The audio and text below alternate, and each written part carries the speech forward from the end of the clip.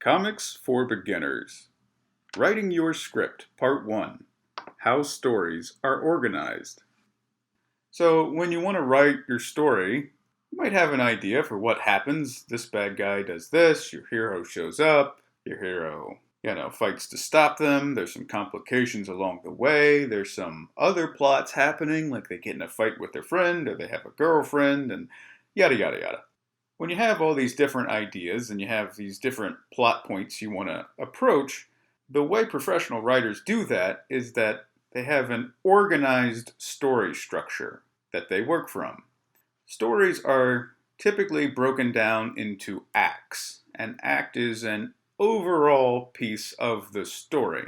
You've probably heard of the 3-act structure, which is typically described as a beginning, middle, and end.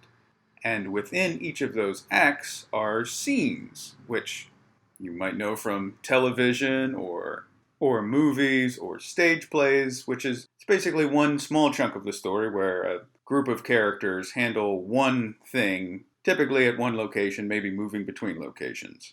That's a scene. And the reason we have these different structures, these different chunks of the story, is to help clarify for you as the writer where you want your story, where you want the different elements of your story to go. Because these divisions basically exist to help clarify explicitly for you as the writer what is happening in this chunk of the story, and implicitly for the reader so their brain is able to follow what is happening in the story much more easily. And this is because holding the entire story in your mind and doing so issue after issue after issue can be rather difficult without any structure to help you along. And that's where acts and scenes come in. You can note down where you want certain things to come in the story by placing them in the act. Say, I want this to come at the end of the first act. I can write it down on my notebook. Into the first act, it goes here. And for example, the inciting incident, which we'll cover later, is a very common event which happens at the end of the first act.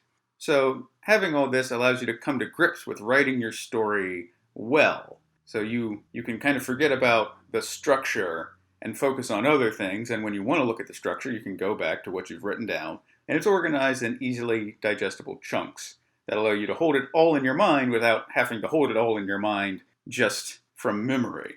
So looking at what an act is, it's just an arbitrary chunk of your story that's bigger than a scene. It should encompass probably many scenes.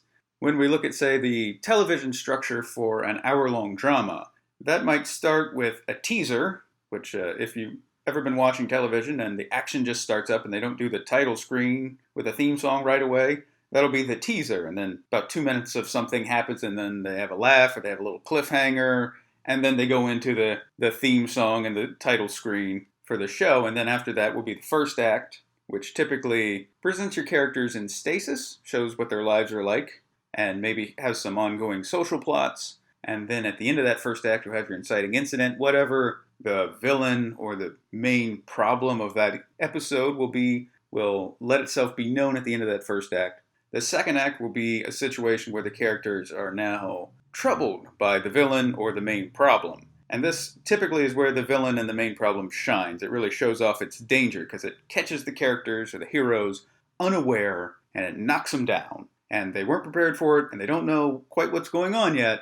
And so they really enter a low point in the story here. Then you have the third act. The heroes are struggling. They're trying to survive the predations of the villain, or they're really having a difficult time handling the problem, the situation, depending on what genre the television show is. But now they know they've got to do something. And so typically in this third act, while struggling with the problem, they will also begin to form solutions they think they could use to beat it and turn the tables on the villain. And usually by the end of the third act, they then have the idea of what they want to do. The fourth act then follows, and that is more of an action act where they enact their plan. There might be a big fight if it's a fighting kind of show. And in the end, then they beat the villain. Then at the end of that, you might have a denouement, a closing bit where we show all the characters back into the typical stasis they live their lives in. The villain has been defeated, and they may return to life generally as normal. And we also might bring back up some some B or C plots, the lesser plots that were happening during the episode, and make sure they're resolved by that point too.